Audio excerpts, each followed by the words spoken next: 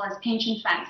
But obviously that came at a massive price because there wasn't enough money. So this obviously had to create. This obviously created massive cuts in the cost of living, in not even the cost of living, but in the way people received pension funds and these government salaries, which obviously had a massive impact on the economy. So these packages tried to help Greece get out of the crisis that it was facing, but obviously it was so far deep in that it just created a massive economic crisis. Are we looking at pictures now of the protests that followed for many months, and you forget how volatile they were? I mean, they were angry because of the harsh conditions attached. What were the implications for people in the situation now? So obviously people were very much against the austerity measures, but in order for these bailout packages to come into play and to aid Greece, there needed to be massive austerity rules and regulations that Greece had to go by.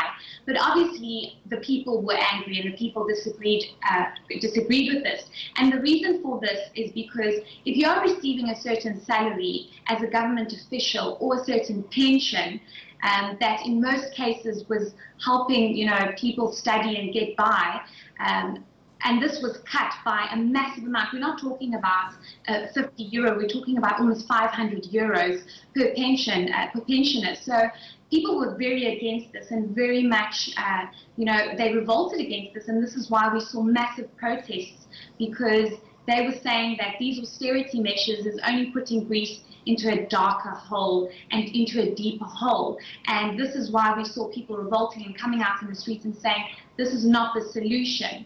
However, there was no other solution other than increasing austerity measures to ensure that tax evasion wasn't happening, because tax evasion was a massive problem in Greece. I mean, it still is. We see people trying to evade tax here, and obviously they had to bring in people to ensure that this wasn't happening. And the people on the streets were saying that this is not the way we should do it. Also, another massive austerity measure that was put in place was people couldn't access their money from the banks. I mean, I think the limit at one stage was about 50 euro.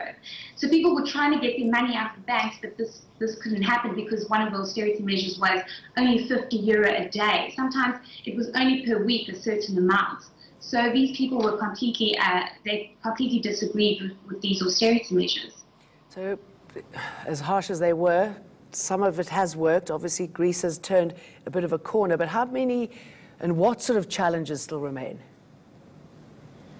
So it is good news for Greece, but we must remember that the situation that Greece has found itself in, it's going to take decades for it to recover. Basically, Greece is off life support, if I can put it that way, but it's still in a very critical condition, given the fact that its debt remains. They have a very high debt deficit, as well as very low growth in this country. We saw, thousands, almost 500,000 people immigrating out of this country to find better jobs for a better life. So obviously, economic growth is really low here. The country isn't growing as it should. Investors aren't looking at the country for potential investment. It's not an investment friendly environment at the moment. But they have turned a corner, and they have, it is looking a bit better for the country, given the fact that they have successfully completed their bailout program, because they've stuck to all austerity measures. But they still need to continue, and they still need to ensure that austerity measures are stuck by it, and that they continue with ensuring that there is no more tax evasion. Hopefully there will be no more pension cuts, because that was a massive impact for a lot of old people in Greece on the islands. I mean, the island that I'm on right now, I wish I could show you outside, but it's very loud because it's summer here. But you see a lot of old people really struggling because they had a certain amount of pension, and that was cut by almost half. Tough times. Okay, Heidi, thank you for that. Here's a quick look at other stories making news around the world today. Dozens of families